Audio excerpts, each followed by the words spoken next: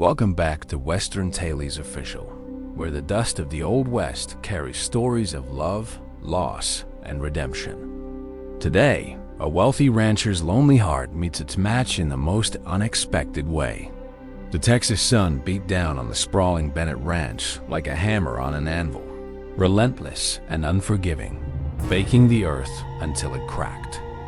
Cole Bennett stood on his porch, a coffee cup forgotten in his hand, his eyes scanning a horizon he owned but never truly felt.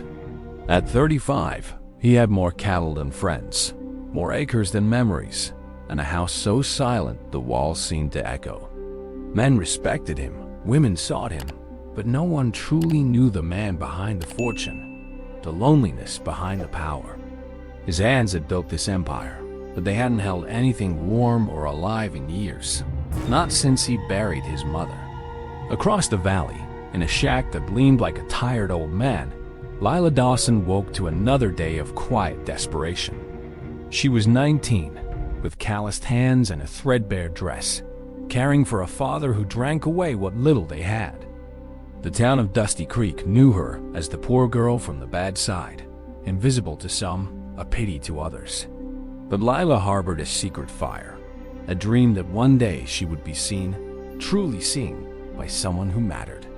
That afternoon, with the heat becoming unbearable, she made a decision that would change everything for both of them. She grabbed a worn piece of soap, the only luxury she owned, and slipped away toward the hidden creek she'd discovered as a child.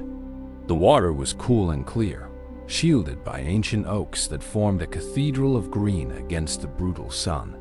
Lila checked twice, 3 times, ensuring she was alone before unbuttoning her dress and stepping into the welcoming water. She gasped at the cold, then laughed, a sound so rare it startled the birds from the nearby branches. For one precious moment, she was not the poor girl, not the forgotten daughter, just a woman enjoying simple freedom. Meanwhile, Cole rode hard across his land, needing to escape the suffocating silence of his empty mansion. His horse knew this path well, winding through the scrub toward the same creek where he himself had swum as a boy.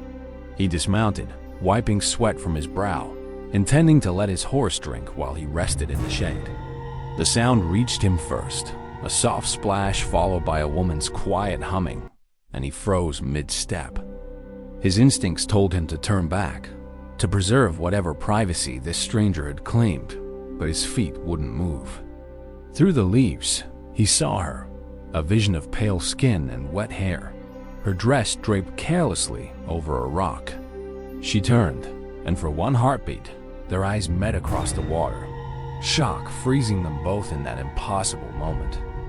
Lila screamed, not loudly, but with the sharp intake of a deer caught in a hunter's sight, her arms crossing her chest. Cole stumbled backward, raising his hands, his face burning with a shame he hadn't felt since boyhood. "I'm sorry. I didn't."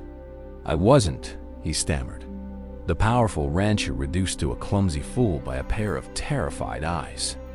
Lila scrambled for her dress, clutching it against her body like a shield, her heart threatening to break free. "Turn around!"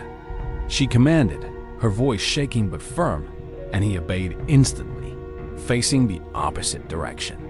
The rustling of fabric seemed to last forever, each second stretching into an eternity of awkward silence between them. Finally, she spoke again, quieter now. "You can turn back, but keep your distance, Mr. Bennett." He turned slowly, surprised she knew his name, and found her standing there, wet-haired and defiant, clutching her dress tight. "I know who you are," Lila said, lifting her chin. "Everyone knows the great Cole Bennett. But you don't know me." Cole studied her, really studied her, noticing the fire in her eyes that no amount of poverty could extinguish. "You're right," he admitted, removing his hat in a gesture of respect. "But I'd like to. What's your name?" She hesitated, suspicious of this powerful man showing interest in someone like her. Lila Dawson." The name meant nothing to him, but the way she said it, with pride despite everything, meant everything. "I should go," she murmured, clutching her soap and moving to slip past him, but his voice stopped her. "Miss Dawson, wait, please. Let me offer you a ride back. It's a long walk in this heat." She looked at his horse, then at the distance, then finally at his face, searching for the trap she was sure existed. Finding none, only an odd vulnerability in the eyes of the county's richest man, she gave a small nod. He helped her onto the horse, his hands gentle, respectful, and walked beside them all the way to the edge of town. They didn't speak much, but the silence between them felt different now, comfortable, like old friends finding each other. As she slid down near his shack, Lila looked up at him. "Why did you really do this, Mr. Bennett?" Cole considered lying, but something in her eyes demanded truth. "Because I've been invisible too, in my own way." She stared at him.